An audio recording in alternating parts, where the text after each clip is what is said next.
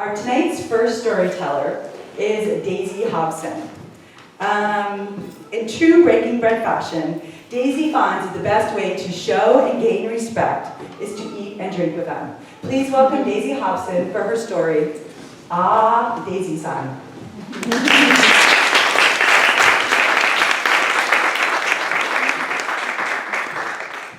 Okay, I'm really nervous using this mic because you're so close. And normally it's like, are you super loud or am I okay? You're good? Okay, so if I start getting super loud, just go. That's what my coworkers have to do when I get too loud, like Daisy. Chill the fuck out. Okay, so is someone going to start that or can I just talk forever? Because I really could just start forever. That's me. I could talk forever.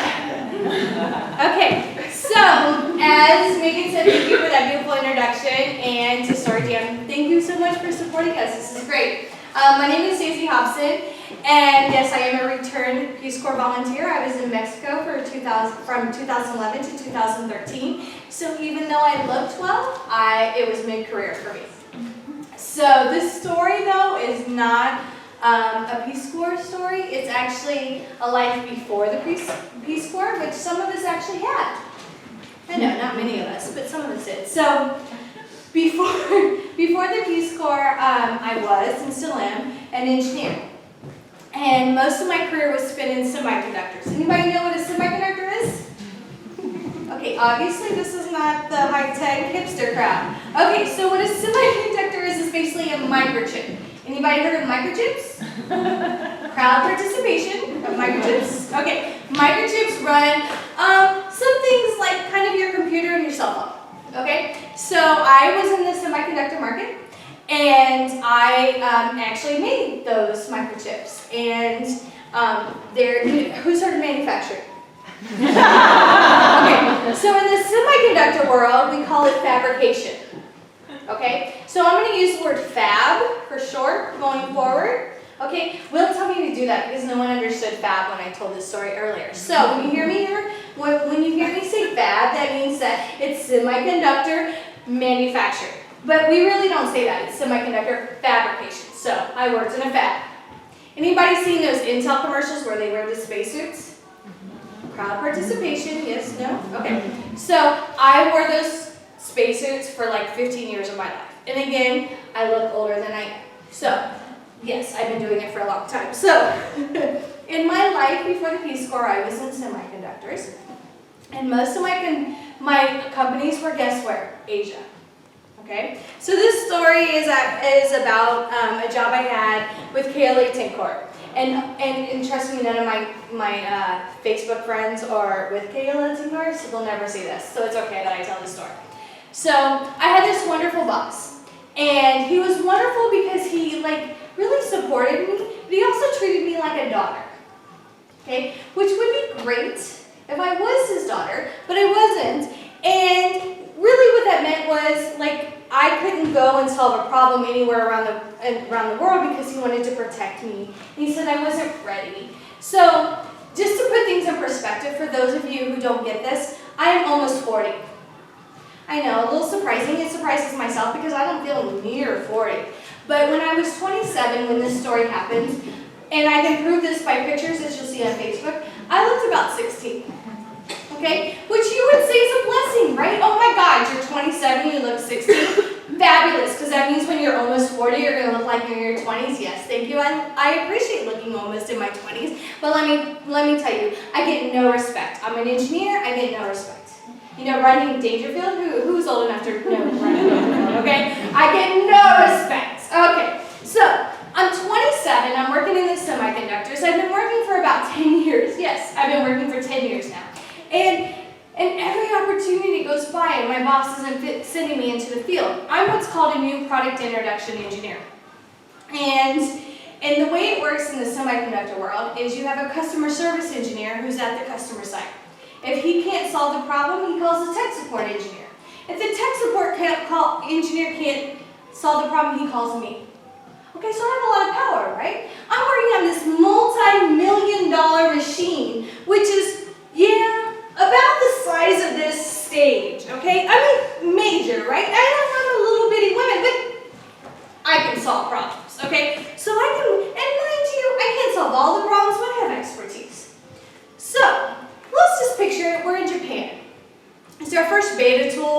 which means it's still experimental, but it's in beta. Anybody heard of a company called Sony? Okay, so we're at Sony. They may or may not produce chips that go into some tools called PlayStation. I don't know. So, so we're at this site called Sony, and it's been about a week, and they haven't solved the problem. And they're emailing me, and I'm emailing them back, and I'm saying, try this, try this. They're not doing it, or they're doing some part of it. We're on conference calls. They're not. It's whatever's working is not working, right? So next thing I know, my boss is Daisy. And he says it with a sad face. Daisy, you're going to have to get on a plane and go. Because I'm the expertise. I'm the expert, right? I know. My boss was really pissed off about that too, because there's nobody else. I'm the only female in an entire team of 20 men, okay? I'm not only the only female, but I'm the youngest person in the entire group. Yeah, so they're quite pissed that they have to send me, but guess what? I'm the bomb. I'm just saying. So I go and I'm like, okay, yeah, it's the stage. The stage is the problem. It's my thing. I'm going to go. So I go to Japan, and because I look 16, they send an old white guy with me. But Will doesn't want me to say old white guy, so we're going to call him Bob. And Bob stands for big old butthead. Okay, so Bob goes with me, and Bob is kind of sleazy. Sleazy in a sense that he flirts with all the pretty Japanese women who are in their cute little, like uniforms. Who's been to Japan? You guys know what I'm talking about, right? Yeah, they're super cute. And so he's flirting with all of them. So I'm like, dude, you're sleazy and creepy, and I don't want to have anything to do with you. So, needless to say, we get into Japan. It's pretty late. So the next day, we're in the fab. Who knows what fab means? It's a regular fabrication. So we're in the fab, and we're working. And by this time, I'm 27. So I know that I got to do the culture thing for a while, so I'm just listening, the Japanese way, right? So I'm listening, I'm letting the men do what the men do, and then by lunchtime, I'm still like, okay, I've collected enough data, because that's what us engineers do. So I've collected enough data, and then lunchtime happens, and lunch is 3 options: fried, and soup. So if any of you know anything about semiconductors, you have to get completely dressed up, and to go to the bathroom requires like 45 minutes of your life. So soup is not an option for me. So I have fried food. So we spend the entire afternoon listening to what old white guy says, aka Bob. Bob says, do this, and they're not listening to me. So I'm like, okay, we'll try this. And they're like, okay, I think that's over. Apparently the mic doesn't listen to me either. So they do what he says, and I'm like, try this, and then Bob goes, no, try this, and so they do everything Bob says.